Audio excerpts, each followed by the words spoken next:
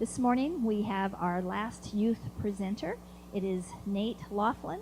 Nate is 13 years old. He competed 2 weeks ago in the local homeschooling contest for speech, and he placed second. We were really, really proud of him.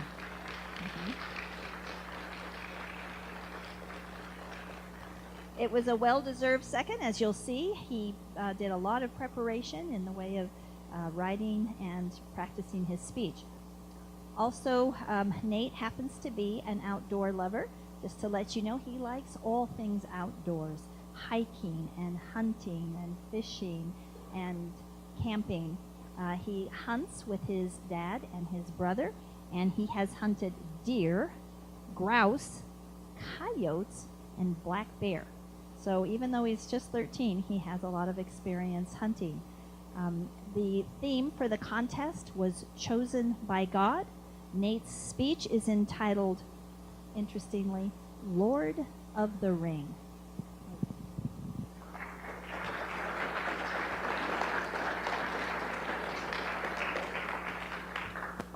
As we all know, America had to fight her way to independence. Without the Revolutionary War, we would not have the benefit of living in the freest country on the face of the earth. Almost everyone the world over wants to live in America. Why? It's simply because of our freedom, the freedom we gained from the War of Independence.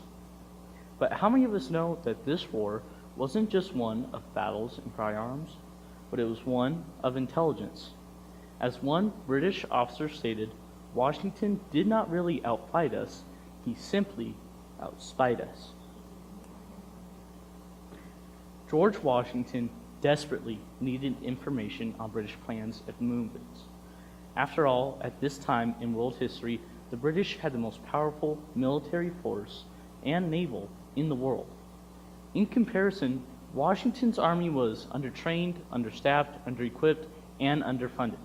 Washington was working with a ragtag group of mostly inexperienced men. In order to win, he knew he had to outsmart the British. Therefore, in 1778, he initiated the creation of the first American spy ring, called the Culper Spy Ring, named after Culpeper County, the county where Washington's home was in. These spies were chosen by God to provide the crucial information needed for us to win the Revolutionary War. Who were these daring men? These undercover agents were merchants, tailors, farmers, basically ordinary people, but chosen by God to play their part like you or me. But they had to keep their identity secret, so secret that to this day still one agent is unknown, Agent 355. But we do know Agent 355 was a woman. One of the first things Washington did was to send out Nathan Hale to spy and gather information on the British. Tragically, Hale was caught and hung by the British. Yet the final words of this 21-year-old inspired people to the patriot cause. I regret that I have but one life to give for my country. The Culper Spy Ring had to learn some things the hard way. General George Washington might have said something like Matthew 10:16 to his spies, just like Yeshua told his disciples. Therefore I send you out as sheep in the midst of wolves. Be wise as serpents and harmless as doves. As sheep in the midst of wolves, the ring used many clever methods to pass on intel they gathered. Some they had to invent and were downright revolutionary, laying the foundation for our intelligence today. Each of the spies had code names. Washington's was Agent 711. Maybe our 7-Eleven convenience stores are more patriotic than we think. Invisible ink has been around for several thousand years and was used by both the British and the Americans. The British would put an F in the top corner of their correspondence, showing that the message would be revealed by holding the paper next to fire. Or they would put an A, showing that the message would be revealed by using an acid.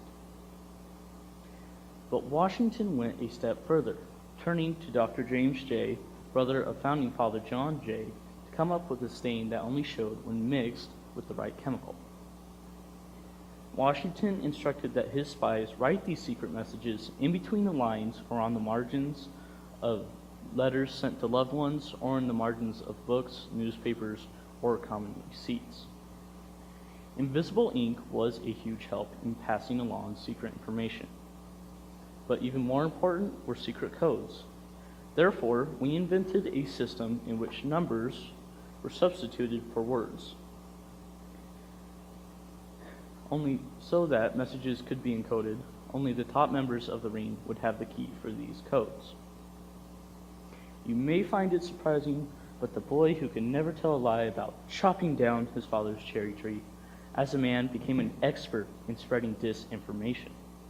He instructed that his spies exaggerate the size and strength of the American forces and spread false information to the British. What exactly did the Culper Spy Ring accomplish? First and foremost, they made it possible for us to win the Revolutionary War. They were also able to warn us of the British's plan to counterfeit our currency and of Benedict Arnold's plan to attack the arriving French troops who were coming to our aid. Without the French, we most likely would have lost the war. Can even spies be chosen by God to do their work?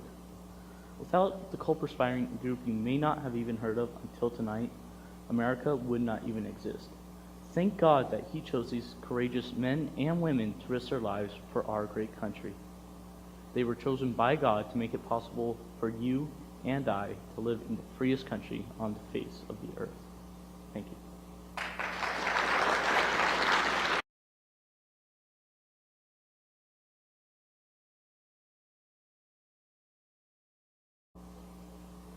We've been studying Genesis. I'm going to wrap up, not Genesis, but I'm going to wrap up the chapter 7 and 8, the flood stuff today. Let's pray. Father, we come before you. We love you. We adore you. We just pray that we learn something, and let it be an encouragement to our commitment to you, and let it mean something to us so we can be better stewards of your word in our thinking and in our actions. In your name, amen. We're going to discuss mostly chapter 8, the flood, and some people ask, why are we spending time learning these, what are really archaeological or geological pieces of information? Why do we need to be able to defend these? What most people on the globe call myths. Okay? There's a real small little kernel of people that think they're actually historical stories, but most people think that they're myths, even believers. And so why not just let them have their way and we can just go about without causing trouble? Today we're going to find out why it's important to be able to, one, defend our faith and to defend the Bible, and two, how it's paramountly, fundamentally, and foundationally important for our belief, especially in regards to the whole foundation of our faith, which is Yeshua coming and dying on the cross. So with all of that, let's jump into this. I want to start with Genesis 8, which I am not turned to at the moment,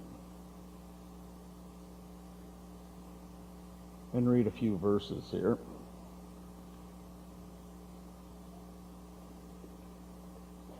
Starting in verse 1, I'm just going to read a couple verses just so you get the flavor of what's coming. But God remembered Noah and all the beasts and all the cattle that were with him in the ark, and God caused a wind to pass over the earth, and the water subsided. Also the fountains of the deep and the floodgates of the sky were closed, and the rain from the sky was restrained. And the water receded steadily from the earth, and at the end of 150 days, the water decreased. I like the way this starts. It's kind of like God's really been busy, and it starts off with, but God remembered Noah.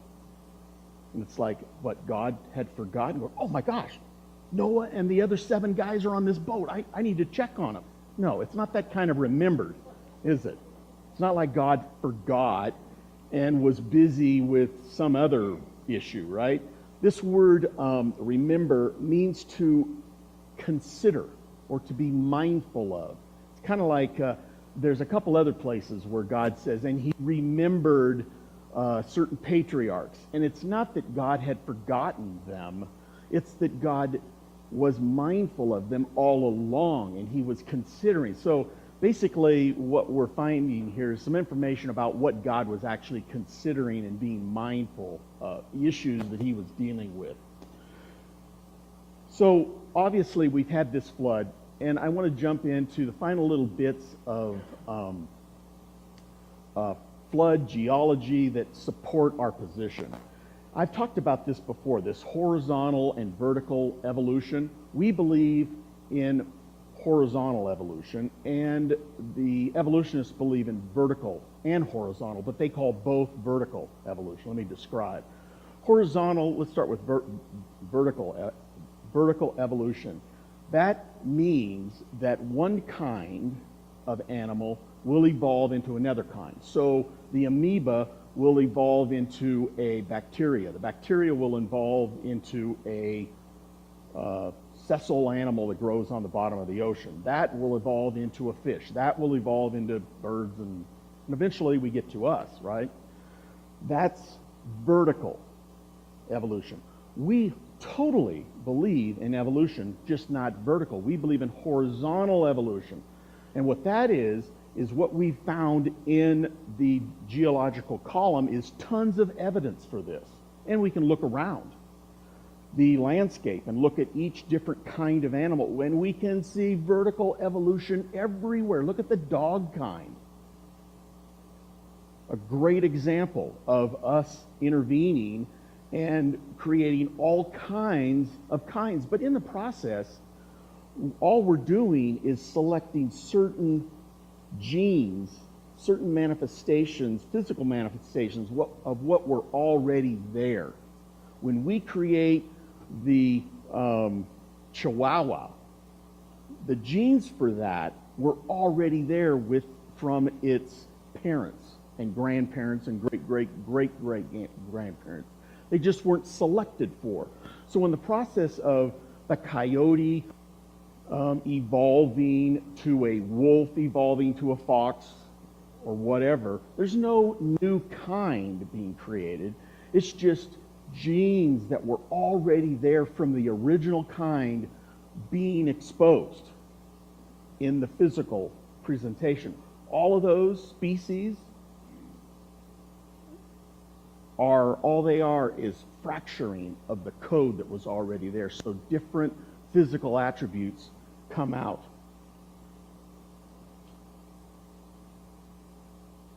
So evolutionists, they look at the geological column, and one of their presumptions or presuppositions, remember we started with evolution and religion can't prove anything, but what we can do is step back and go, what would we expect to find if this theory were true?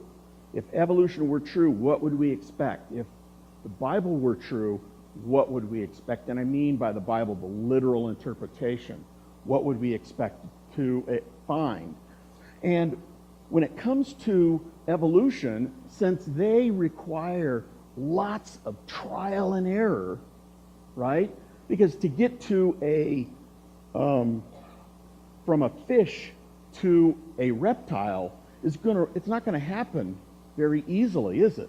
You've got to create something that isn't there in the genome to manifest a reptile versus all of the genes that make up a fish, right? So there's lots of changes that need to incur. So what you'd expect to find in the geological column, which we described last time, so I won't get into that, is lots of trial and error.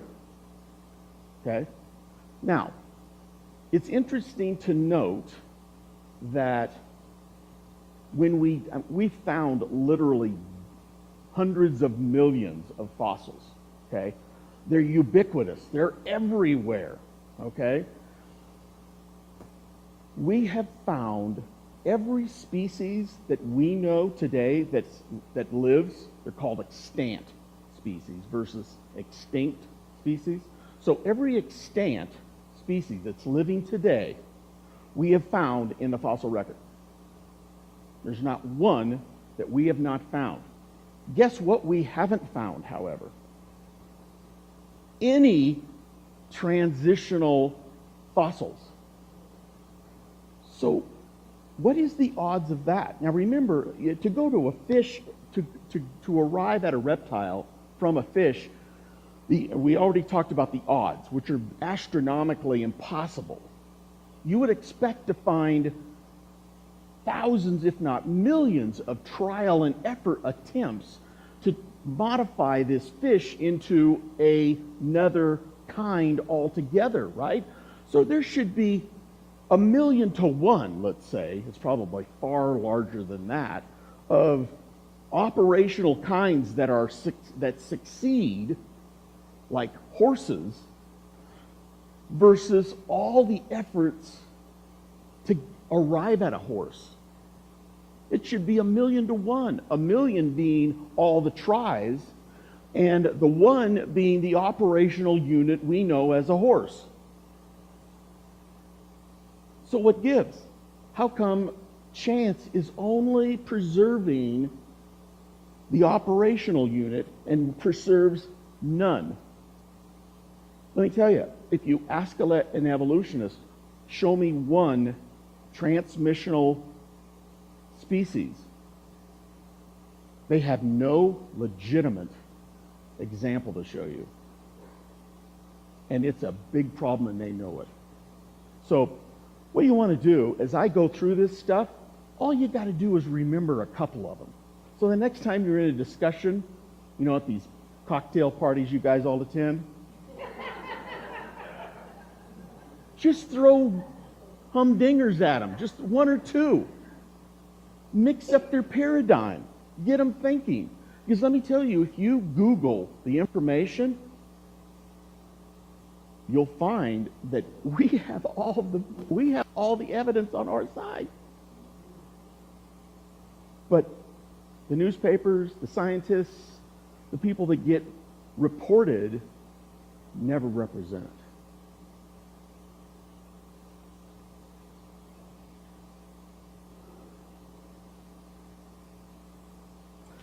So I'm going to go through a few arguments that evolutionists do have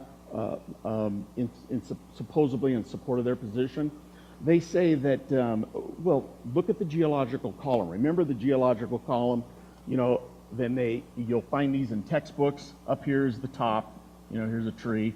And then there's a column of dirt, if you would be able to cut it out. And it has different levels. There's about 13 levels that geologists recognize, like what are some? The Jurassic, the Cretaceous, all these different levels that you've heard. And they all date these different levels, with these astronomically high ages. But in each level, they tend to find what they call key fossils. You'll find, a little trilobite down here, and up here you'll find a horse. Juno, where are you when I need you? Not a bad horse. That's pretty bad. And so, see, they go, look, what we find is sessile. Sessile is a fancy word that means animals that can't move from their location.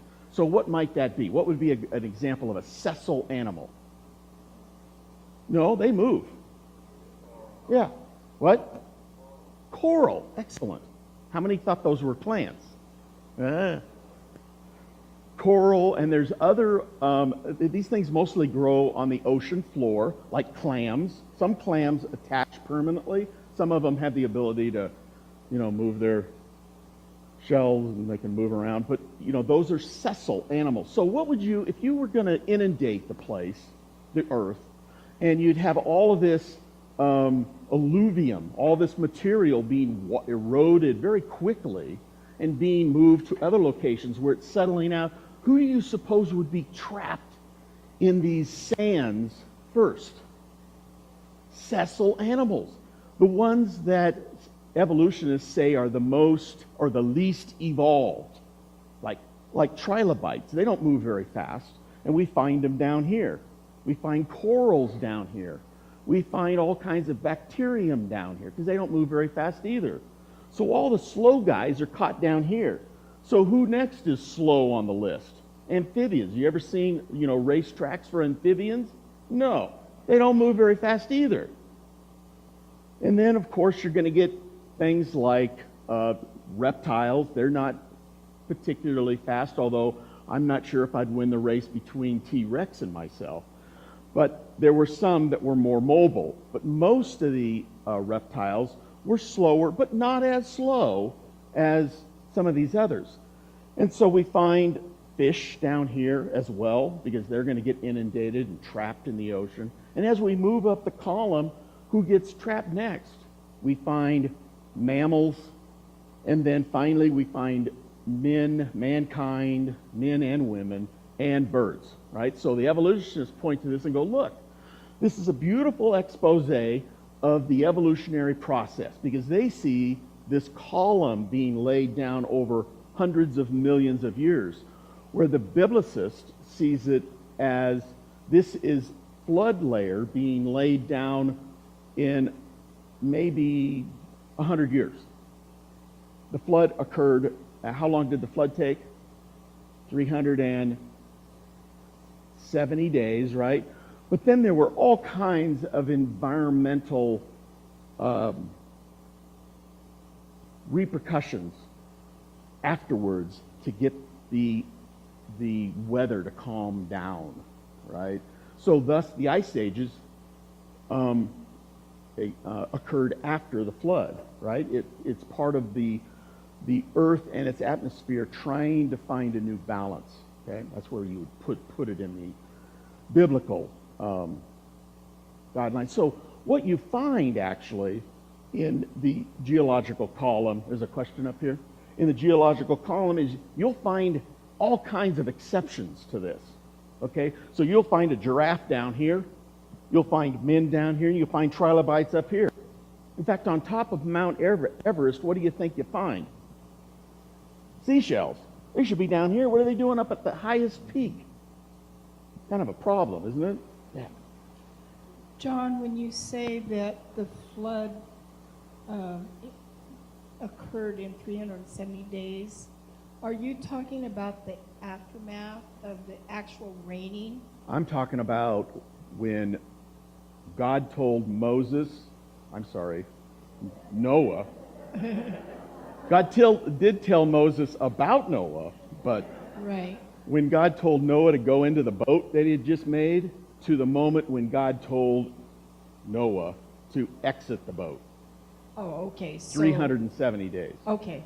Yeah. So, but it actually only rained for the 40 days. 40 days and 40 nights. Right. And, Okay. Yeah. Thank you. And most people think that was the duration of the flood. No. It was a huge, giant, year-long event. So we find this mixing. There's tons of examples. And the evolutionists, they go, well, they don't know what to do when they find horses down here. Well, it fell into a hole. Yeah. That's what you would expect to find. An order, because when the flood, it starts to rain, right? So who's bolting for the hilltops first? Horses, things that can move really quick. Birds, they're going, well, gee, let's get out of the stormy area. Let's fly over here where it's not raining quite so hard, right? All the things that are mobile, they're moving. They're not staying put. Where the coral, they're going, oh, man, what do we do? They're stuck, aren't they? And all these other animals that are slower, slowly but surely get trapped. As a percentage, you're going to find those guys towards the bottom, and as a percentage, you're going to find the fast guys up at the top. That's what you would expect to find, right?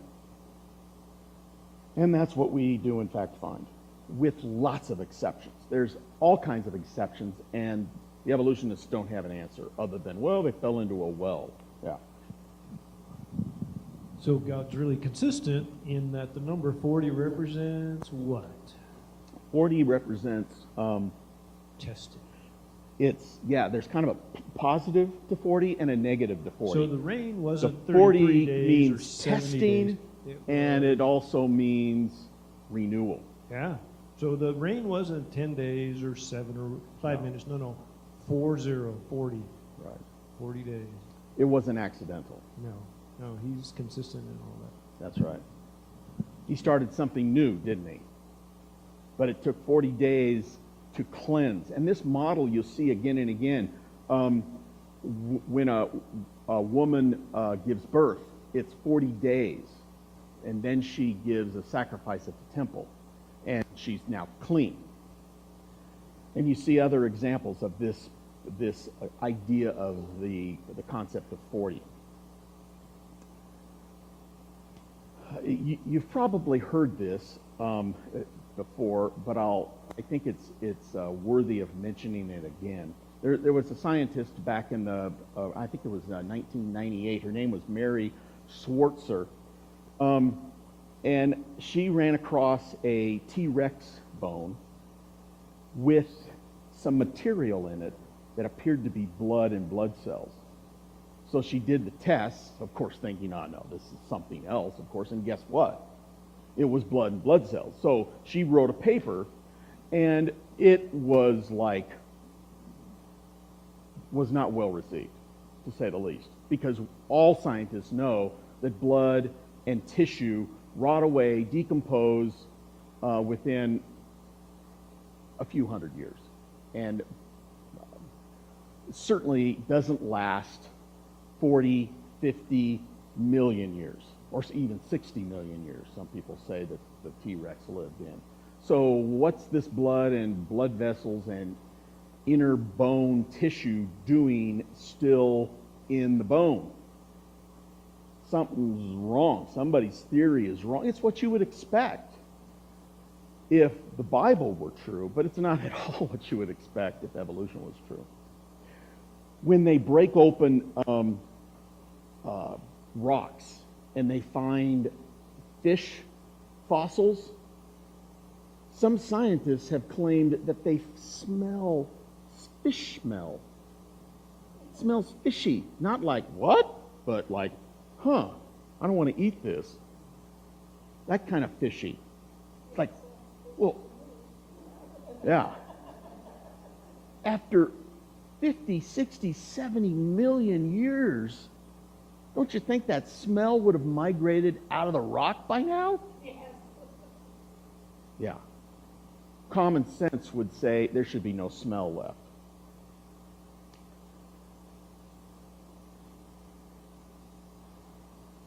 There's all kinds of problems. Better move along here fast. Time's going by. There's all kinds of issues. People are always throwing up, but all of this has been disproven by uranium-lead dating techniques and other kinds of radiometric dating.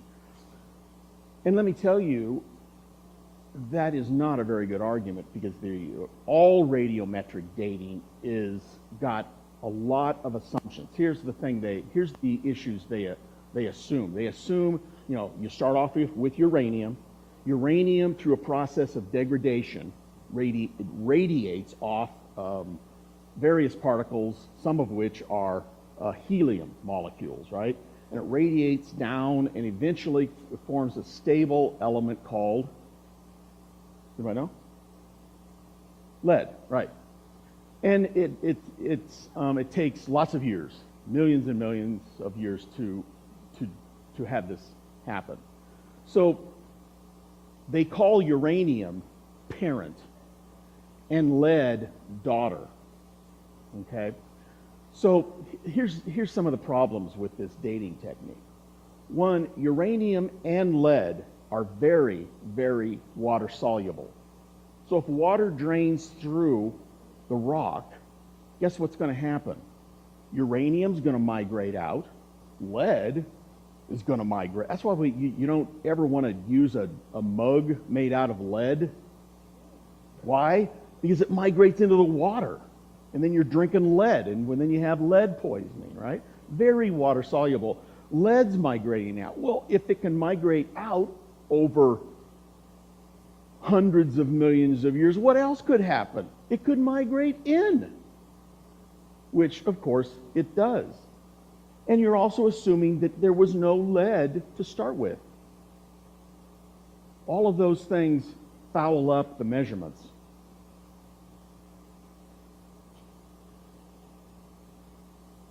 I referred to helium as one of the atoms that's given off by the radiation of uranium, its degradation into lead. Well, there's helium molecules that get shot out of the uranium atom into the stone that this uranium is in. So you get this helium popping in every time it goes through a daughter degradation, okay?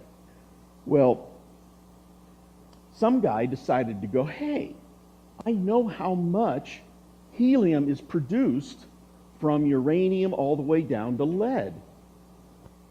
So all I have to do is, and I know how fast helium migrates out of the stone. So all I have to do is do the math. How much helium is in the rock versus what there should be if it was 100 million years old or 6,000 years old. Guess what? There's way too much helium. I mean, so much helium that it completely blows away these radiometric dating techniques. And then the best evidence of all is people at Institute for Creation Research, ICR, they've gone, well, let's test this. So they went to Mount St. Helens, which blew up, 30 years ago or so, right? And they grabbed some of the new rock. They know how old it is. And they sent it off to the lab. All these labs that do all of this radiometric dating, they don't know where the stuff's coming from, but they do their due diligence and do all the testing. Guess what? When they did the testing, did the uranium dating technique say, it's plus or minus 30, 40, 50 years, or maybe, let's give them the benefit of the doubt, 1,000 years? No. These rocks that we know are just 30 years old, plus or minus, almost 40 years now, they came at hundreds of thousands, if not millions of years old. So how can we, if they're missing it on rocks we know the age of, why are we going to believe it on rocks we don't know when they say they're 3.5 billion years old? Of course, you never hear about this. And then there's the process, and I've seen the papers on this myself. It's called cherry picking. They will send off 20 samples of a rock that they want to know because they found, Peking Man or something. So they want to know how old Peking Man is by sending in the rocks that it was found in, right? So Peking Man should be, somewhere in the few million year range, right, based on their evolutionary models.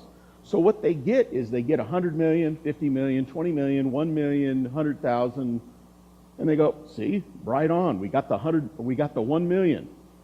So they cherry pick the one that they assume the date for based on their evolutionary model and throw out all the rest, and they claim, well, those are probably, polluted by some process. Maybe all the uranium got diluted out or something, so it gave us a much older number or a much younger number.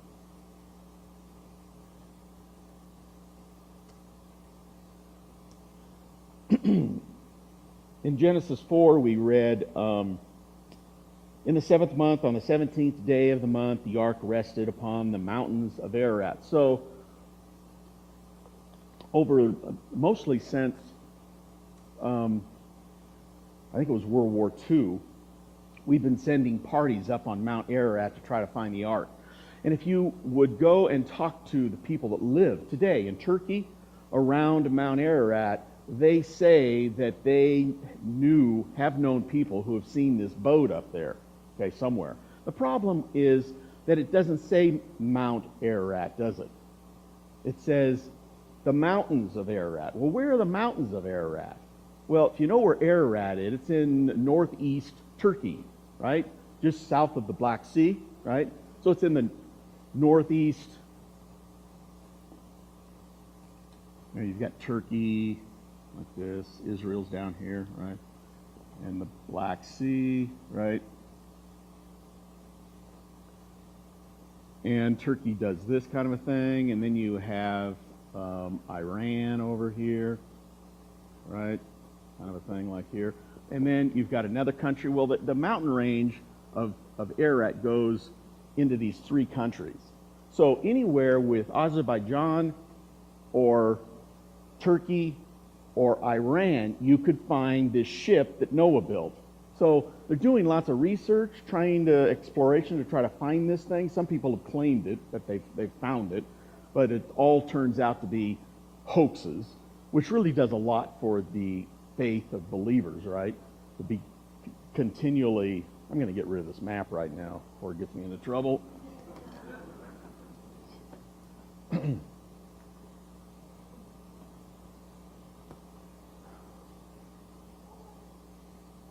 And then I want to say just a little bit about, in regards to that, I should have left that beautiful map up there, but it says that further on in the text, I think it's Genesis 10, it says that mankind after the flood came to the Shinar Valley. Now where's the Shinar Valley? Shinar Valley is what the Euphrates runs through. Today it would be Iraq. They came from the east. So they were traveling west, right? Well, if you look at a map, you would notice that you can't go from Ararat south to the Mesopotamia Valley because there's giant mountains in the way. There's a giant mountain range that runs east and west. So the only really logical way to get there would be if you were in Iran, you would come south, and then you would come from the east, which is what the text. Now, some translations say, they don't say from the east. I forget what they say, but if you look at the words, I won't get into it unless you want to. If you want to know the specifics, see me afterwards, and I'll show you. I just don't want to use the time to develop all of that. But the proper translation should be from the east. They approached the Mesopotamia or the Shinar Valley. So, in Genesis 8:2, it says that also the fountains of the deep and the floodgates of the sky were closed, and the rain from the sky was restrained. Which is an interesting passage, I think. These things are referencing, remember the creation week that God separated? There was two waters, and he separated the waters by what? The firmament, which is a word, it's an old English word for the atmosphere. Okay? And if you look in the Hebrew, that's what it means. And it's a lot of people interpret this as, the waters, like the oceans, versus the water in the atmosphere. So the clouds, right? No. In fact, I've looked at this specifically. It does not say in. It specifically uses the Hebrew word above the atmosphere. So the text is actually telling us that in the pre-flood creation, there were two bodies of water. One was below the atmosphere, which we would know as lakes, streams, and oceans, right? The other body of water, obviously frozen because it's cold up there, was above the atmosphere. I'm not talking about a solid ring of ice, but I'm talking about particulate frozen water. And when we sent out astronauts for the first time in the 60s, and they went out above the atmosphere, what do you suppose they found? All kinds of water. In fact, they weren't expecting it at all because it shouldn't be there. But they found all of these pieces of water, frozen of course, up there. In other words, not all of it fell.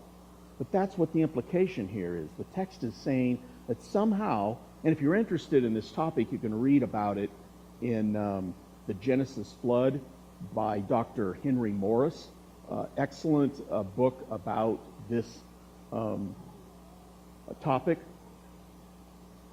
But what might have occurred is God opened up the windows in heaven and allowed the waters above the firmament to pour through the firmament down to the earth. And here God said, okay, enough of that. We're stopping that. And we're also stopping something else. What does it say? It says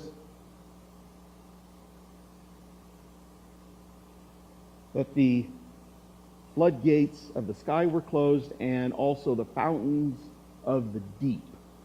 If you look this up, you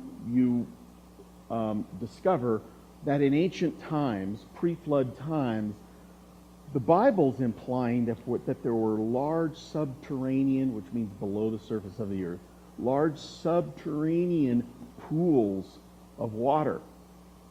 And evidently, to help flood the earth, God caused earthquakes and such to occur that busted these things open, and it gushed forth from the surface of the earth. Guess what we found today? Large aquifers all over the globe.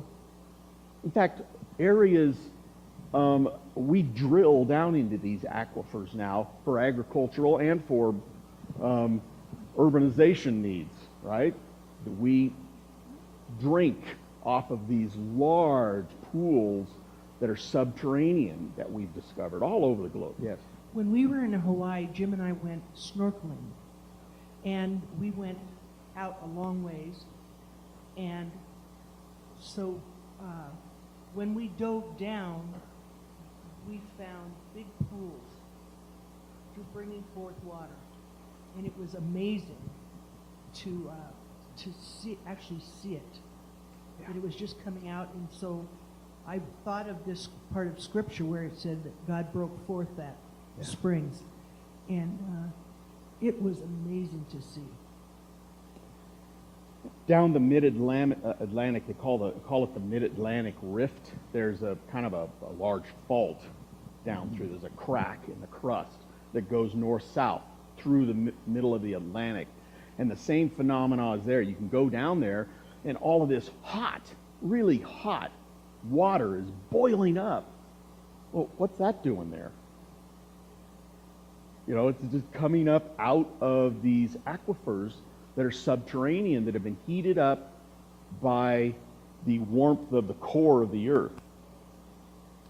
So the only reason I'm mentioning some of these things is to show that we have good reason to believe the biblical text. What would we expect to find? Exactly what we find. We find subterranean pools of water. We find water above the atmosphere. If it wasn't true, we wouldn't find those things. Why would there be subterranean water? I mean, think about it. If you're an evolutionist, the globe is a ball of lava that formed out of the material spinning around the sun due to gravity. Why would water get trapped? It's going to boil off. Yeah. From what I've seen in the models on videos, that not only when the water came out from underneath, it caused the land to fall lower. So it's going to shift down as the water's coming up. And when they had the tsunami from after the earthquake hit in Asia, they, as the water it was forming the tidal waves, it recedes, it pulls back. And people were pointing at cities going, look at that, there's cities out there that were, had been submerged and not found by divers too deep. But they said, there's a city out there. And then the water swept up again, and it disappeared, but it's made explorers, looking for gold, start looking for these cities to see if they can find relics that they can sell, of course, but or some, for purely scientific reasons to find those things. So, as always, people form societies near the ocean for fishing and other reasons. There's all kinds of repercussions to, if the Bible were true, versus if evolution were true, such as what you're talking about. I'm glad you mentioned it because it reminded me of, we live on a continent. And if you go very far out in the Pacific Ocean off the west coast of the United States, what do you eventually get to? The Continental Shelf. So what happens is the continent's going like this. Here's where we live, right? And then it goes down, here's Portland, and then finally the coast, right? And it keeps going out, and then it goes way down deep, and then it goes all the way to Japan in a simple model, right?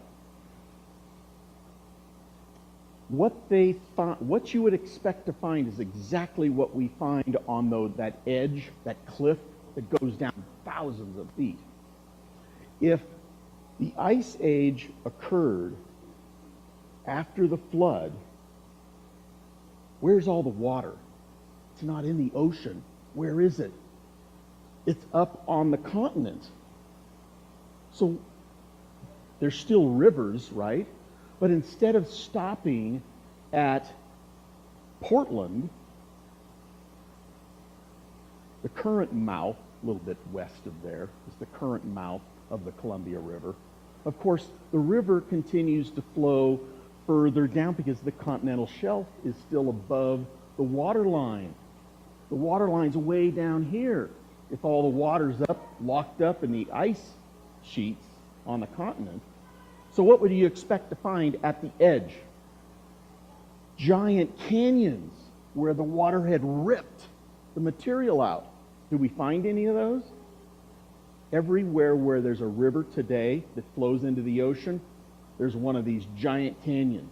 But of course that's accidental. The evolutionists go, well, they were formed by turbidity currents, which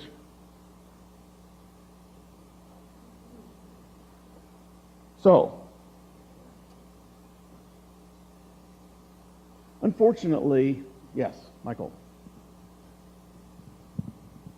A couple days ago, I came across an article on the net which included photographs of a creature that some scientist had managed to retrieve from way down in the ocean so far that no man could even hope to go there. Now, it wasn't a fish in the usual sense, but it was totally different than anything that they had ever seen before. And that just reminded me that God has undoubtedly created maybe thousands, maybe millions of creatures that we will never see as long as we live here on earth. They're all out there in the water, which he didn't get rid of ever. That's the cool thing about God's creation. The more you investigate, I used to play this game, this computer game, which I won't mention, but it was many years ago when Tyler still lived at home, so I had to, support my kid. But I did enjoy playing, however. But you know what you found? Is you could fly up in the sky, up, and guess what? You would finally come to the limits of the sky. You couldn't go any further. There was a limit to the complexity. And I was going, gee, that's interesting. And that completely is disassociated with what we find in creation. No matter how high we go, no matter how small we go, no matter how deep in the ocean we go, we find more complexity. I mean, why did God bother creating those crazy animals that we're discovering now 15,000 feet below the surface of the ocean? Well, why bother? For most of all of man's life here on earth, none of them have been able to enjoy those crazy fish. You ever seen pictures of them? Well, why bother with those? Only if the last few people are ever going to see them. I think so. And the limit of his creation knows no bound, I think. Yeah. Real quick.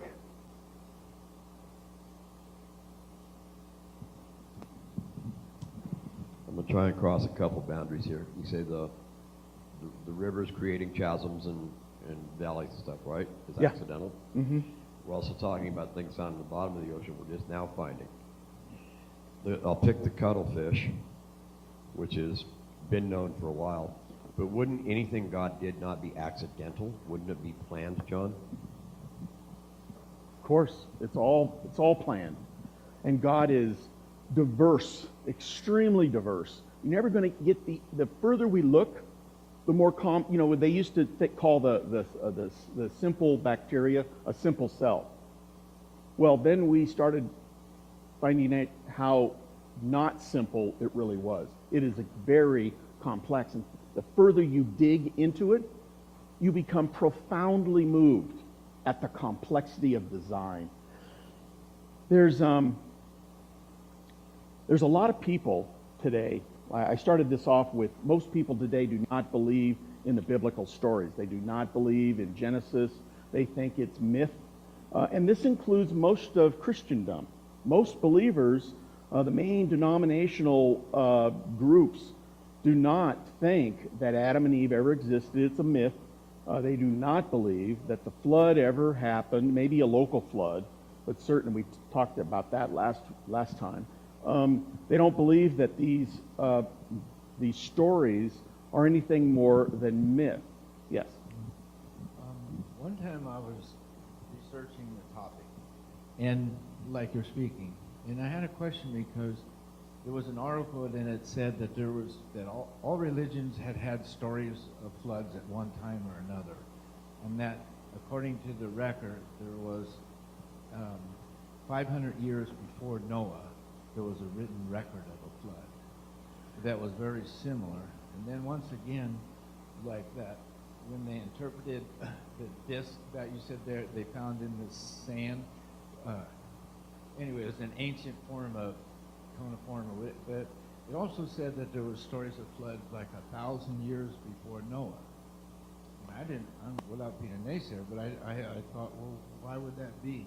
Well, you're right in as much as not all religions, no religions record a flood, but all societies, all tribal ancient stories, most people groups in the world have a flood myth. And many of these flood myths, we could go on at length about this, it's fascinating, I've read many of them, are detailed. They talk about 8 people, birds being sent, how many days it rained, which lines up exactly with the Bible. Very, very fascinating. Some of them are just real simple. They climbed onto a raft and floated around for a few days because God flooded the earth.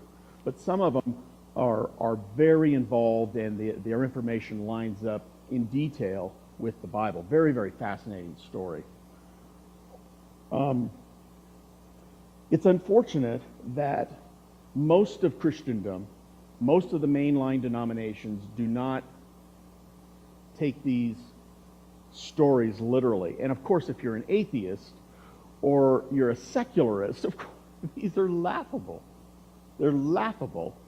Just like God said, they will think your knowledge is stupid.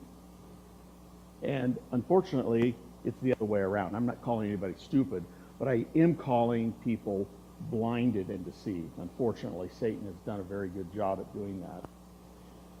But the argument then is, well, John, who cares? They still love God, some of those people, some of those mainline denominations. They still love God, and they serve God, and they're trying to do their best, just like we are.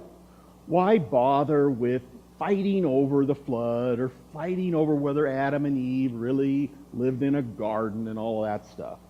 Just let them have their myth idea and go about our business. Is that a decent argument, you think? No, it's not. In fact, let me digress. There's all over the world, there's these flood mythologies. I should have included this in just a few minutes ago, but I think it's worth noting. There's everywhere east in ancient times, everywhere east of Jerusalem, the scripts that people used were pictographic. Everywhere west of there, they were phonic. So the Chinese were pictographic. When they drew their letters, it was a picture. Okay, so their pictograph for the word boat. Now remember, this is an ancient script that goes back probably 4,000 or more years, okay, their script for boat is people, 8,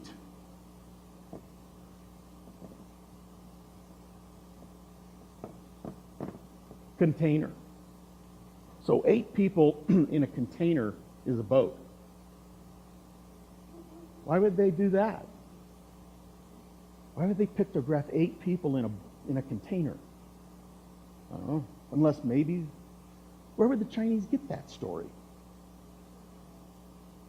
Well, remember the Tower of Babel?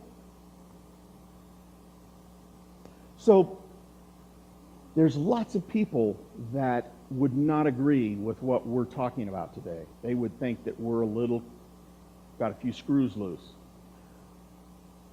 But contraire, I don't think that's the case. Listen, let's look up Luke 3.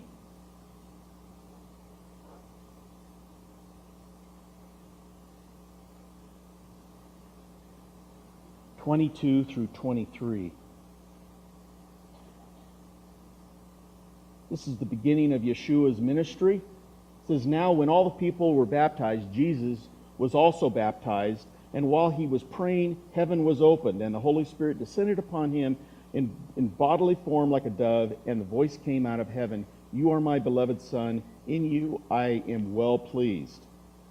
When he began his ministry, Jesus himself was about 30 years of age, as was supposed the son of Joseph, the son of Eli." And then it continues to go on this long genealogical record, back and back and back. Who's you think included here? David, right? Because Joseph is from the kingly line. And then what's the last one down here? In 38 it says the son of Enosh, the son of Seth, the son of Adam, the son of God. What? The son of Adam? You think God is going to allow this to be like a myth? All of these records of the son of this, the son of that. I mean, if that's wrong, then all the rest of it's wrong. But we know it's not wrong because a lot of this we have historically, archaeologically proven. We know David existed.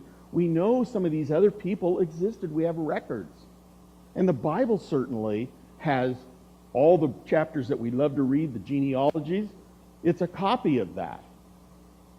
From the kingly line, anyway. And it's assuming a literal understanding, but it ends with a myth, a reference to a myth. Adam, the son of Adam. And then, of course, we have verses like 2 Peter 3, 5 through 7. Where's the promise of his coming? All things continue as they were from the beginning. For this they willingly are ignorant of that by the word of God the heavens were of old, and the earth standing out of the water, and in the water the world that then was, being overflowed with water, perished. The creation is kept in store, reserved unto fire, against the judgment day of ungodly men. So here's a reference to the flood, and it's talking about in the context of why God's going to bring judgment. Well, if the flood's a myth, is the fire reserved to judge men a myth as well? I mean, you have to be consistent here. Either both are true or both are myths. And if it's a myth, eat, drink, and be merry, right? Because there is no judgment. Romans 5:12, therefore, just as through one man's sin entered the world, and death through sin, and thus death spread to all men because all sin. Who was that guy? I want to find this guy, because he's the problem. Who was he? Adam, of course. It's a reference to Adam. The Bible claims that sin entered the world through him. Well, this is a foundational principle here. Sin entered the world, and what did Yeshua do because of Adam, and by the way, the rest of us who are willing participants of this sin? No one's dragging us into sin, right? we might have somebody push us along the way. But this is a foundational problem that God brings out through the biblical text, that he says, not to worry, I can solve this problem. Romans 5:15 and 17. But the free gift is not like the offense. For if by the one man's offense many died, much more the grace of God and the gift by the grace of the one man, Yeshua, HaMashiach, Jesus the Messiah, abounds to many. For if by the one man's offense death reigned through the one, much more those who receive abundance of grace and the gift of righteousness will reign in life through the one, Yeshua again. So here it's saying, Paul is saying that because of Adam's sin, he brought sin into the world, but Yeshua countered that and negated that sin by us willingly accepting the free gift, the payment for our sin. If that's all a myth, it negates the reason Yeshua needed to come in the first place, doesn't it? If there's no sin, there's no original sin, then why do we need an original salvation? Yes. In the book of John, chapter 17, starting with verse 16, Yeshua praying for his disciples, his apostles, says, "They are not of the world, just as I am not of the world. Sanctify them or set them apart by your truth. Your word is truth." And I'd been looking for the others. I asked the Lord to show me a scripture on the scripture of you shall know the truth and the truth shall set you free. I was trying to find that reference, and I just opened up my book and my eyes fell on this. I was like, oh, I see where you're leading me, Lord. What he's saying is we're set apart by the truth. So when we look into these things and find the truth, you can't expect them to eat what we eat. It's like in John 6 when they left him because he said, "My words are life, I'm the life, you must eat of me," and they were offended by this and they left him. They weren't really his. But when you're his, you're sanctified by the truth. You're set apart from the rest of the world by having the truth in you.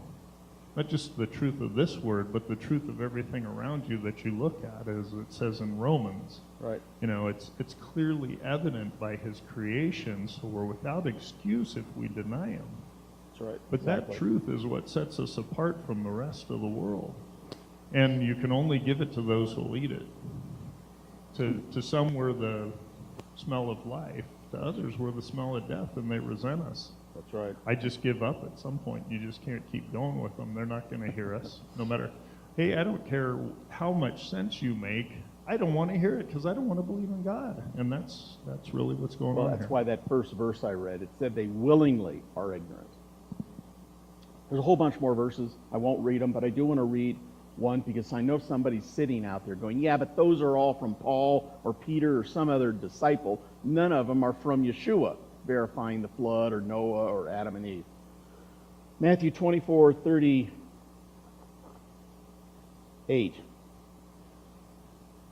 For as in those days, this is Yeshua speaking, this is Jesus speaking, it says, for the coming of the Son of Man will be like the days of Noah. For as in those days, before the flood, they were eating and drinking, marrying and giving in marriage until the day that Noah entered the ark. And they did not understand until the flood came and took them all away. So will the coming of the Son of Man be. So here's Yeshua referring to Noah, obviously metaphorically. No. He's referring to Noah as a historical figure. So if he's wrong, it's a myth. Noah is a myth. Adam is a myth. Eve is a myth. The tree, the garden, the flood, all these things are myths. Is Yeshua a myth? No, we know. Even atheists realize now we have solid evidence for the existence of this man. Okay? They don't think he's a myth, but they don't believe that he's that he is who he claims to be, which is God. So is he a nutcase? I mean, nutcases usually don't say smart things like the Sermon on the Mount, right?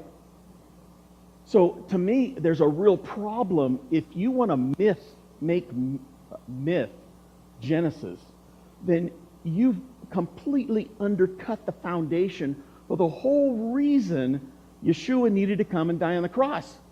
Because there is no original sin. And like Yeshua said here, it's going to be, just before I come back again, it's going to be just like the way it was before the flood occurred. There's many more. Look them up yourself. Just go on blueletterbible.com, type in Adam, type in Eve, type in flood, type in Noah. There's lots of New Testament and other Old Testament verses that refer to these guys, and it's a fascinating study. I want to end with this. I was listening to a debate, and I've referred to this before, so bear with me if you remember this. I was listening to this debate between Craig and another atheist, atheist. Craig is not an atheist. William Lane Craig. Very worthy of your time to go to YouTube and type in Dr. William Lane Craig, or just Craig. It'll come up.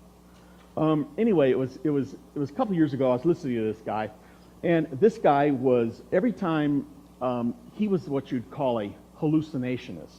So every time Craig would mention the post-resurrection appearances of Yeshua to the disciples and other people, he would say, oh, they were all hallucinating.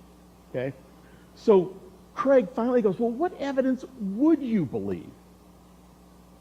And he goes, well, if I saw in the microscope and I was looking at a molecule, on the side of it, it was written, made by God, I'd believe. Or if one morning I woke up and I went outside and stood in my front yard and a giant figure in the sky appeared to me and said, Joe, I exist. I want you to believe in me. I'd believe. And William Lane Craig, with his wit, comes out and he says, well, why wouldn't you think that you just had an hallucination? Where I'm sitting there listening, going, oh, pick me. I know the answer. I know the answer. Of course, I'm watching on YouTube. Nobody's going to pick me. But I was focusing on the previous one, the signature of God written on a molecule. I'm going, oh, man, there's a pretty good example of that. And let me give you a little backdrop.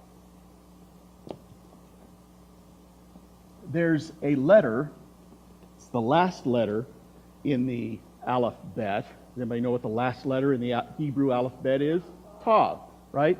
And we know it. It looks like this, right?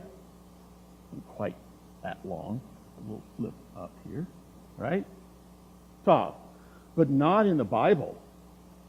The books that Moses wrote, Torah, it didn't look like. He did not use that form of Tav. These things have migrated over time. And his Tav looked like this. Okay? Which is kind of interesting. We've talked about this a lot, so I won't belabor the point.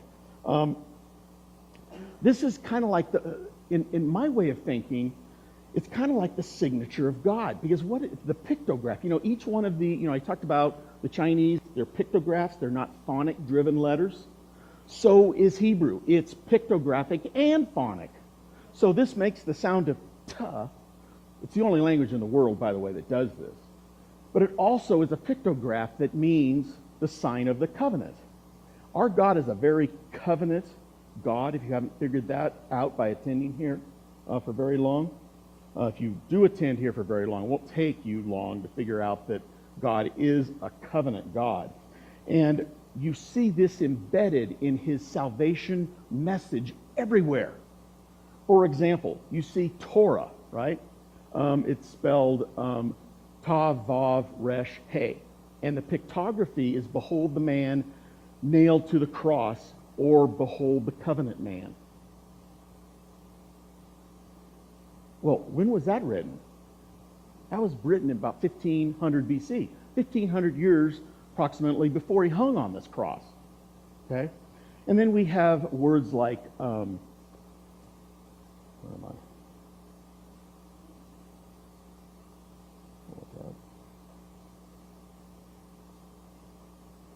We have words like or.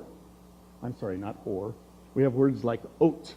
Remember on the fourth day of creation, he created the sun and the moon and the stars, and he said they're for signs and for seasons. The word there for sign is oat.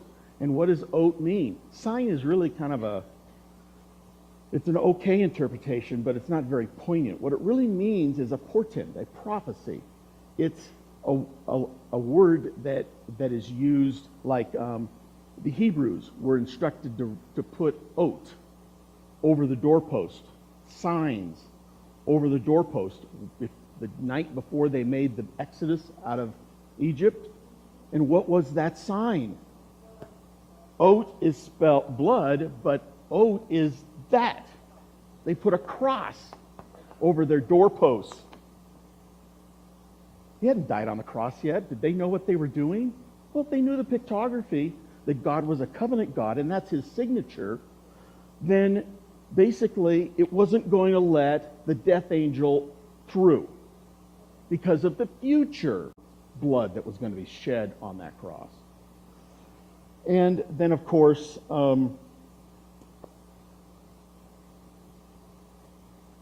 we have one of my favorite words, and you're probably tired of hearing this, but the word for religion is what? Dot, right? And the pictography, it's spelled Dalet Tav, right? The pictography is the pathway to the sign of the cross, or to the sign of Yeshua, because he's the one that hung on the cross, right? So another definition of dot is principles for holy living, or the commandments. So what is it saying? It's saying that from God's perspective, religion and obedience to him are one in the same. If you want to be really religious, be holy. Follow God's commandments. You're very religious. Now, religiousness, it has a bad name, doesn't it? Because it's filled with all these ritual ideas. There's none of that in the Bible, in the definition of religion. It's all about obedience. So what does this have to do with God's name written on a molecule? There's a molecule, some of you know this, it's called laminin, and it's called the cellular adhesive molecule. It's a protein, and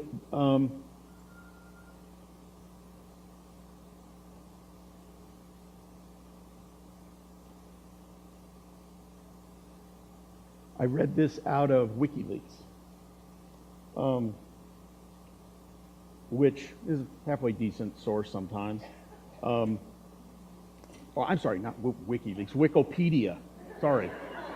I'm not sure what WikiLeaks is, actually. It could have very odd ramifications, actually. That wasn't in my notes, by the way. Here's what it says. These proteins intersect to form a structure that can bind to other cell membranes and extracellular matrix molecules, whatever they are. These molecules are particularly good at binding to other laminin molecules, which allow them to form sheets. They then are particularly good at binding to cells, which help anchor organized tissue cells to the membrane. They are good at holding cells and organs to support structures in the body. Well, when I read that, I thought of Colossians 1:16 through 17, which reads, "For by him all things were created, both in the heavens and on earth, visible and invisible, whether thrones or dominions or rulers or authorities, all things have been created through him and for him. He is before all things, and in him all things hold together. So when I read that and read what the definition of laminin does, it was like, oh my gosh, God has indeed signed his name on a molecule. So what's the correlation, though? Why is laminin a statement more than just the fact that God is holding everything together by his power, and laminin is holding everything in living matter together? Can you put the overhead up on this? That's a picture of laminin. Now, I've actually seen laminin in an electron microscope, and the arms aren't bent down. It's actually shaped like that. The real molecule is not shaped like that. It's shaped like that. Now, is that accidental? I don't know. But to me, it looks like God's fingerprints are all over his creation. I mean, think about when man is being tested the most in all of human history.